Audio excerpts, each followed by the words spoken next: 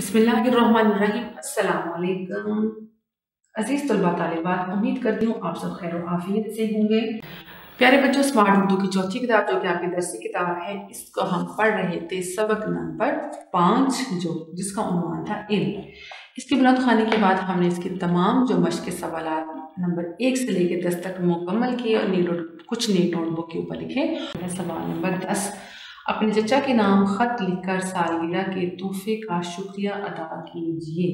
तो प्यारे बच्चों, खत लिखने से पहले हमें ये पता होना चाहिए कि खत के क्या क्या मकासिद हैं और खत को किस तरीके से लिखा जा सकता है। प्यारे साथियों, तो ऐसा करते हैं, इससे पहले कि हम खत लिखें, आइए हम खत के मुख्तलिफ़ हिस्सों के बारे में जान लेते हैं। तो आइए देखते हैं कि आम तौर पे ख़त के कितने हिस्से होते हैं। बच्चों, ख़त के होते हैं 6 हिस्से। पहले हिस्से को हम कहते हैं सरनामा। क्या कहते हैं? सरनामा। और इसमें हम लिखते हैं पता और तारीख़।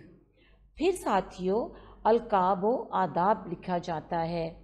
इसके बाद इब्तदाई सतूर यानी शुरू में जो हम अल्फाज या जुमले लिखते हैं, जैसे उम्मीद है आप खैरियत से होंगे, इस तरह के जो जुमले हैं वो लिखे जाते हैं। फिर साथियों, हम आ जाते हैं नफ्से मज़मून में। नफ्से मज़मून में जो भी आपने जिस मौजू पे ख़त लिखना होता है, असल में यहाँ पर आप वो बात जो है वो बयान करते हैं। इसके बाद इख्तितामी सतूर होती हैं और आखिर में जो ख़त लिखता है उसका नाम और वो इजाज़त या इख्तितामी कुछ जुमले जो होते हैं वो अपना नाम लिखते हैं और अपना पता भी जो है वो लिखते हैं। अब इसको मज़ीद बेहतर तरीके से बच्चों मैं आपको समझाऊंगी, और ये करने के लिए हमें चलना होगा अपनी अगली सरगर्मी की जानिब। चलिए बढ़ते हैं अपने ख़त के खाके की तरफ।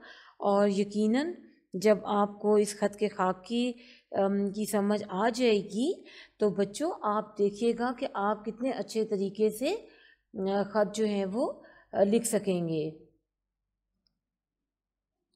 तो बच्चों चलते हैं। सबसे पहले ये देखिए कि जहाँ पे आपने पता लिखना है, ये देखिए, ठीक है, ये है पहला हिस्सा। और चाहे तो अगर तो आप घर से अपना ख़त लिख रहे हैं अपने अम्मी अब्बू किसी को भी, तो फिर तो आप अपने घर का पता लिखेंगे, क्योंकि इस वक्त हम जमात में कमरा जमात में अपना काम कर रहे हैं। तो चाहे आप कमरा जमात या कमरा इम्तहान लिख दीजिए, ठीक है। और फिर नीचे यहाँ पे नीचे पता जो होगा वो जो भी, तो इसलिए यहाँ पे इन्होंने अलिफ बे जीम लिखा है। इसके बाद बच्चों आती है तारीख़। जिस तारीख़ को आपने ख़त लिखा होगा वो तारीख़ आपने यहाँ पे लिखनी है। इसके बाद बच्चों आते हैं अलकाब, ठीक है। जो आदाब हैं बच्चों वो कहते हैं अस्सलाम वालेकुम को, या आप आदाब भी लिख दें। और अलकाब होता है जिसको हम ख़त लिख रहे हैं। मिसाल के तौर पे आपने ख़त लिखा प्यारे दोस्त को, या आप ख़त लिख रहे हैं प्यारे अबू जान को, या आप ख़त लिख रहे हैं अपने प्यारे चचा जान को या अपने भाई को, तो वो आप इसको हम कहते हैं अलकाब, ठीक है। उसके बाद बच्चों आपका इब्तदाइया या इब्तदाई सतूर होती हैं जिनको आप हाल अहवाल भी कहते हैं, ठीक है।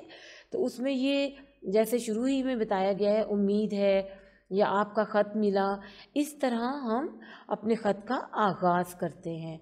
फिर बच्चों आ जाती है मौज़ूई इबारत यानी नफ्से मज़मून। असल में आप ये ख़त क्यों लिख रहे हैं, ठीक है।